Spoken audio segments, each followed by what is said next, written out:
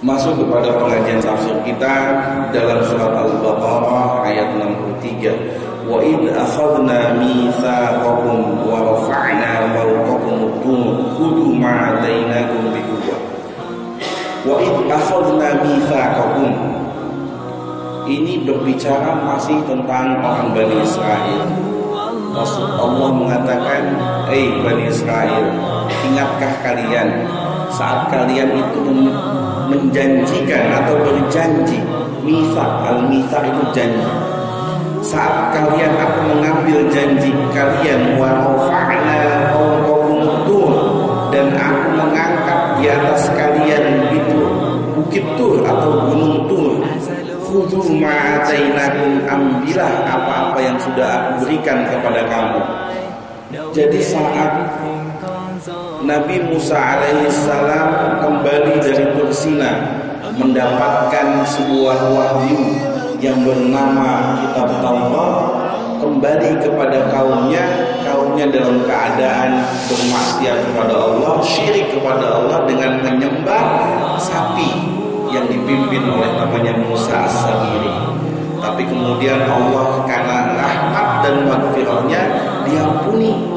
Setelah itu Bani Israel diminta untuk berbaiat, berjanji kepada Allah untuk tidak mengulangi dosa-dosanya. Tetapi mereka tidak mau. Di dalam para ahli fasir mengatakan, kami nggak mau berjanji, kami pengen lihat sendiri gimana. Maka dikatakan arina jahar, pengen lihat yang jelas kayak gimana. Maka kemudian Allah dengan jelas sekali, rafa'na fawqakum at-tur. Itu yang namanya gunung Tur Sina diangkat sama Allah. Rafa'na diangkat sama Allah. Fawqakum, di atasnya Bani Israel, at-tur, gunung Tur Sina. Masya Allah, gunung Tur Sina, Pak. Gunung Tur Sina itu gunung. Kalau misalnya jamaah sekalian ada yang pernah ke Mekah, ada namanya Jabal Tur. Itu Jabal lebih tinggi dibandingkan Jabal Nur. Kalau Jabal Nur itu di situ ada Gua Hira.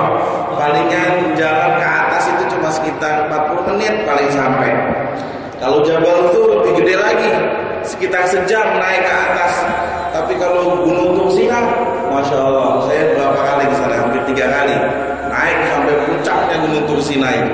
Al-Wadil Muqaddas Tua di daerah namanya Saint Catherine. Saint Catherine itu daerah Mesir, sudah berbatasan dengan Yordan. Itu daerah semuanya padang pasir, semua padang pasir. Tidak ada satu tumbuhan, satu pun tidak ada. 200 kilometer padang pasir semuanya. Makanya saya membayangkan tanah ini adalah tanah yang pernah diinjak oleh para anbiya, para aulia, para sholihin. Karena di sanalah banyak para nabi Bani Israel. Itu yang namanya Jabal Tur Sina itu kalau naik kita nggak bisa siang-siang. Naik siang itu Masya Allah panasnya sekitar 40 Celcius. Jadi kalau kita naik kira-kira udah geseng duluan itu siang-siang. Maka kita naik ke atas itu sekitar jam 12 malam. Jadi kalau mau naik ke atas Gunung Tur Sina, naik jam 12 malam, Pak. Dalam keadaan kedinginan, karena padang pasir itu kalau siangnya panas, kalau malam dingin luar biasa. Dinginnya bisa angka 5 Celcius, 10, dingin sekali. Jadi naik ke atas tuh jam setengah 12, jam 12 sampai ke atas, sampai puncaknya Gunung Tur Sina itu sekitar subuh. Jam 5, jadi naik itu kira-kira 5 jam. Jadi kalau naik kira-kira 5 jam, saya belum pernah mengukur berapa puluh kilometer itu. Tapi kira-kira kalau naik ukuran jalan normal, anak muda naik kira-kira 5 jam. Kira-kira tinggi Gunung Tur Sina. Mungkin ketinggian bangsa 2.500 atau 2.000 mungkin. Kalau naiknya sekitar 5 jam. Jadi gunung yang sebesar itu, Pak, diangkat oleh Allah Subhanahu wa taala. Dalam surat Al-A'raf dikatakan ka'annahu zullatun. Kayak apa? Kayak awan. Itu namanya gunung diangkat sama malaikat. Gunung dibawa ke atas, ditaruh di atasnya fawqa Bani Israel. Di atasnya kepala Bani Israel. Disitulah kemudian diminta perjanjian supaya mereka beribadah kepada Allah Subhanahu wa taala yang pertama untuk bertauhid, yang kedua untuk tidak syirik kepada Allah, yang ketiga untuk mengikuti Nabi Musa. Tapi lagi-lagi Bani Israil apa? Maksiat lagi kepada Allah. Jadi sudah apa? Kalau kita Pak, Masya Allah, kita disuruh berjanji di atasnya gunung, misalnya Gunung Semeru, ayo kalau kamu nggak mau bersujud, kita kira-kira nggak bakalan lupa dengan perjanjian itu. Tapi Bani Israil lagi-lagi lupa. Tapi ada yang lebih berat, ada yang lebih berat dibandingkan kita di atasnya gunung untuk berjanji. Apa itu? Al-Quran. Kita sering melihat para pejabat, para PNS misalnya, para abdi negara, ya apa? Mereka bersumpah di atas Al-Quran. Saya bersumpah demi Allah. Itu lebih berat dibandingkan itu gunung ditaruh di atas kepala kita. Kenapa? Karena dalam ayat yang lain dikatakan lau anzalna hadzal Qur'an 'ala jabalin.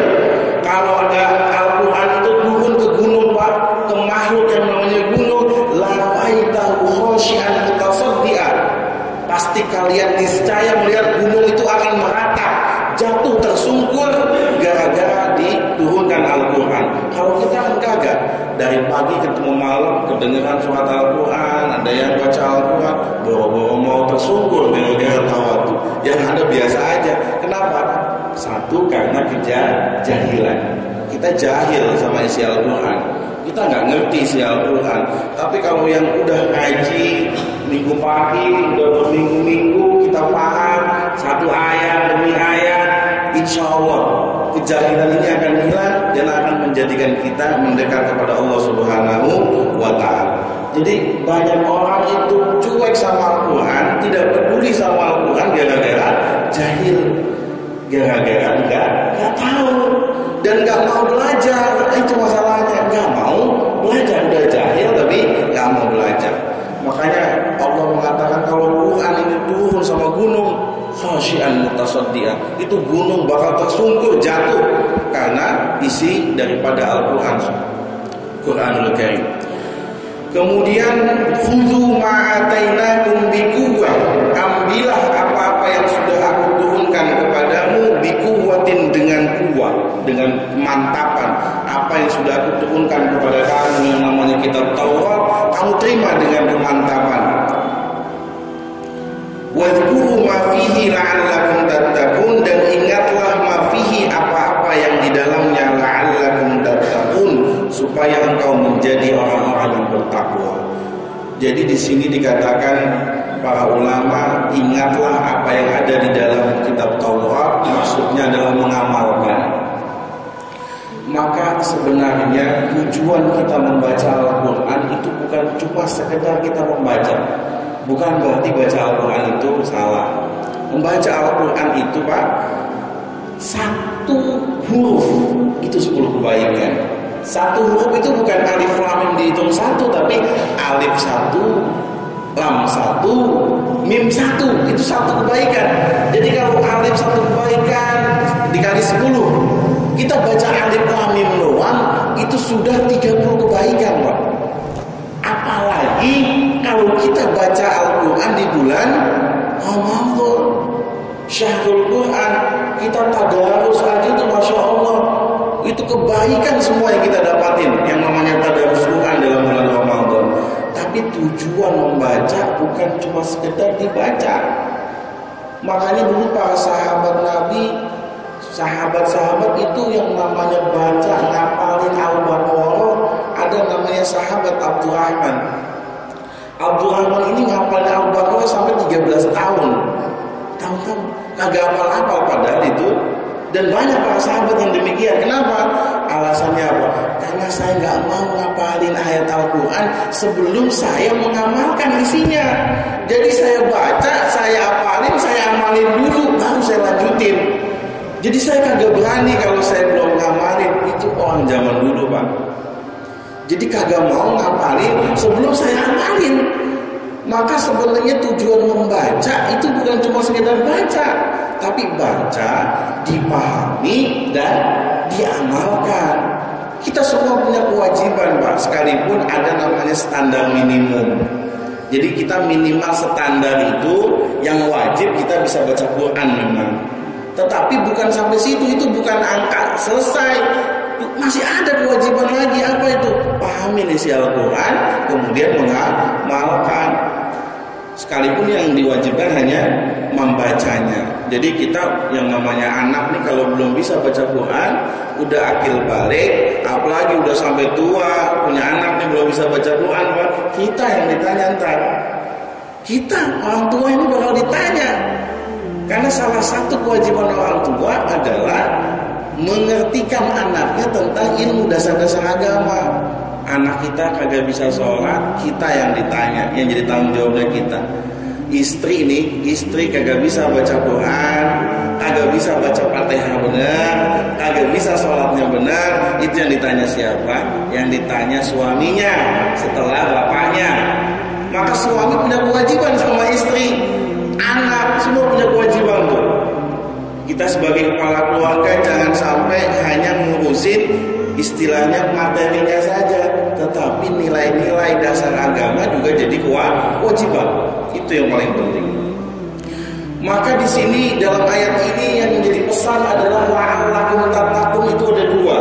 Yang pertama adalah khudhu ma'atainakum biquwwatin wadhkuru ma fihi.